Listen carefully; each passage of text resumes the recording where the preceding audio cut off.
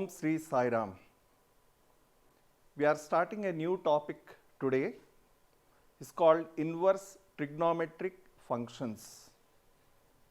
We are familiar with trigonometric functions. All trigonometric ratios are functions. Earlier we have defined function as a relation. A relation is said to be a function if every element of first set has a unique image in the second set. After studying about functions, we studied about different types of functions, and the most important among them was bijective functions, functions which are 1, 1 and onto.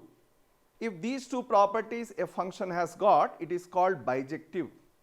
And at that point of time, we also said that only bijective functions are invertible, means you can find the inverse of only bijective functions. If you are going to study about inverse trigonometric function, the question comes, are the trigonometric functions bijective? In order to understand it, let us see this sine function. Many a times you have used these values, particularly these positive values. Sine 0 is 0, sine 30 is 1 by 2, sine 60 is root 3 by 2, sine 90 is 1, sine 120 is root 3 by 2, sine 150 is 1 by 2, sine 180 is 0. We are familiar with these things. And we also know that sine of minus theta is minus sine theta. So if the angles are minus, same values will become minus. Now observe these values. All this will come under domain. All these angles means up to 180 and even beyond. Similarly, up to minus 180 and beyond, all that is forming a domain. And what is the range? Range is this. And in the range you find that sine minus 180 degrees is 0, then sine 0 degrees is also 0, sine 180 degrees is also 0. Means if you draw it separately, minus 180 degrees, 0 degrees and 180 degrees. In other words, minus pi, 0 and pi. Suppose if this is the domain, all of them have got image only on 0. This is A and this is B and this is the function. And what is the function here? It is sine function, sine theta. So you find that sine minus theta pi is 0, pi is also 0, sine 0 is also 0, which clearly indicates that it is not 1, 1.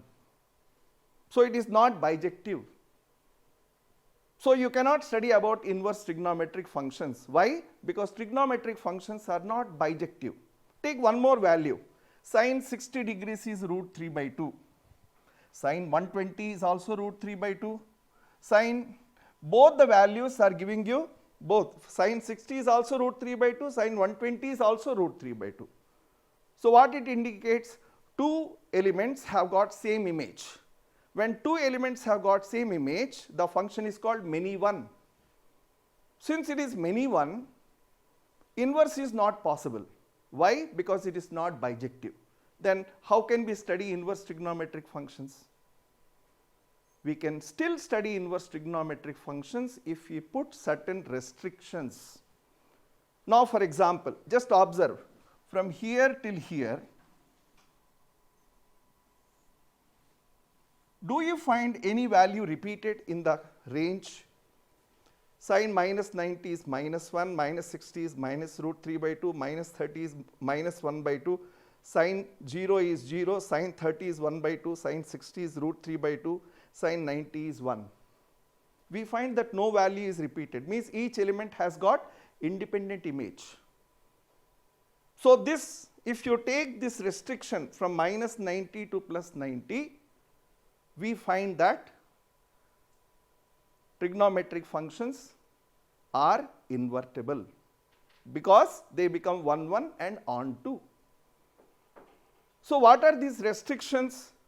These restrictions means in this particular range, minus 90 to 90, or take 90 to 270, or 270 plus 180 degrees you take. If you keep taking a particular section, in that you find that the values does not repeat. So this is called, these are called principal values.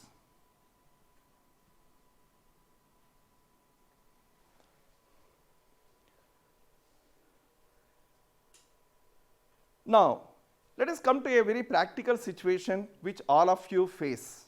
Now, all of you are at home and learning these lessons which we are posting it on daily basis, and you are taking down, solving the problems, trying to learn, and sometimes it happens that you don't learn, you don't see the video, you don't take the benefit. That is the reason why the schools and the hostels are run. What happens in schools and hostels? There is certain kind of discipline. For example, if you are living in the hostel, there is a kind of discipline. What is basically discipline? A certain activities are done on a regular interval. You are woken up at 5 o'clock, you assemble for prayer at 5:30, you go for jogging at 6 o'clock, you go for breakfast at 7:30, you go for bath at 8 o'clock. In that particular way, a routine is followed. These are all, they all appear to be restrictions. But these restrictions only make you disciplined. And if you are disciplined, you can achieve anything. Your personality or your own being will be not only useful to you and your family, but also will be useful to society. But if these restrictions are removed, you can get up at any time, you can bathe at any time, you can eat at any time, you can sleep at any time. All those wrong habits will not define you to achieve what you want to achieve in life. If you have to achieve something in life, we need to be disciplined. In a disciplined manner, we need to do. So here the discipline is, we are calling this as principal values. Because of this restriction only, we are able to study about inverse trigonometric functions. And the study of inverse trigonometric function is so very useful when we move forward to study in engineering, in physics, and in so many other areas. So we are going to study about inverse trigonometric functions, and we have defined that in restricted interval. In restricted interval, trigonometric functions are bijective, so we can find the inverse. So this is the introduction about inverse trigonometric functions, and we have lots of formulae, just like trigonometry. When you study trigonometry, you know that there are list of formulae. Similar to that, even in inverse trigonometric functions, we have got lots of formulae. But before we go for those formulae, we need to know what is the domain of inverse trigonometric functions. See, here, for example, we are writing sine 60 degrees is equal to root 3 by 2. In other words, 60 degrees is equal to sine inverse of root 3 by 2.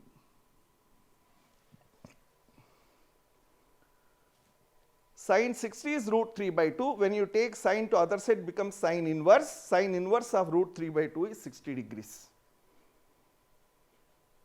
This is how we define inverse trigonometric functions. How do we define? If sine theta equal to x, then theta is equal to sine inverse x. What will happen if you take inverse of the same function? For example, if you take sine inverse of sine theta, sine inverse of sine theta is nothing but theta. Similarly, sine of sine inverse theta is also theta, because both are inverse of each other. Because they are inverse of each other, when you apply, you get the same result. So now let us have a look at inverse trigonometric functions and their domains and ranges. Let us take sine inverse x. We said sine theta can take maximum value as 1, minimum value as -1. So for sine theta, whatever is the range, for sine inverse x, that becomes the domain. So the domain is -1 to 1. We know that sine theta changes from -1 to +1. So sine inverse x domain is this. Same is the case with cos inverse. Tan theta can take any value, any real number. Tan 0 is 0, tan 45 is 1, and then we say tan 90 is infinite. So you can take any value. So any real number is the domain of tan theta. So what happens, any value is the range of tan theta.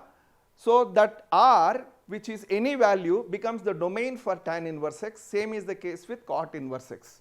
And for sec inverse x, we know that these functions are not defined whenever 0 comes in denominator. So it is R minus -1, 1. For cosec inverse also the same thing. So this is the domain. Means these are the values which you generally get for trigonometric functions. Whatever value you get are called ranges. Those ranges became domain for the inverse trigonometric functions. And for this particular domain, the range is -π/2 to +π/2. Initially we have seen, if we restrict from -π/2 to +π/2, no value repeats. All the values are between -1 and 1. So the range for sine inverse x is -π/2 to +π/2. For cos inverse x, it is 0 to pi. Remember, in the case of sine and cos inverses, it is closed intervals, means extreme values are also included. Whereas in the case of tan inverse x and cot inverse x, same values but open intervals, means extreme values are not included. For example, what is sine π/2? Sine π/2 is infinity. So we don't take that into consideration. So π/2 is excluded, -π/2 is excluded, and in that particular way we proceed. Cot inverse x, same way like cos inverse x, but open interval 0 to pi. Here come to sec inverse x, same 0 to pi like cos, but -π/2, except π/2, all other values. Similarly for cosec inverse x, like sine, all values except 0, because if the denominator is 0, it becomes not defined. So we avoid that. So these are the functions, this is the domain, and this is the range. Why we need to study?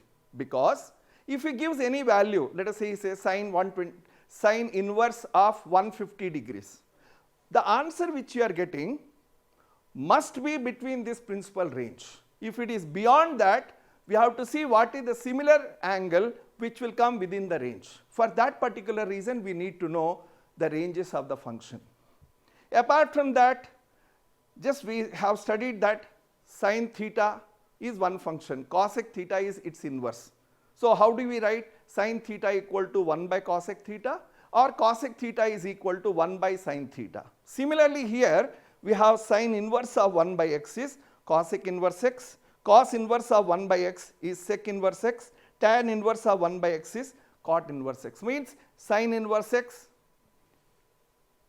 changes to cosec inverse x if the x is in denominator 1 by x, if it is 1 by x.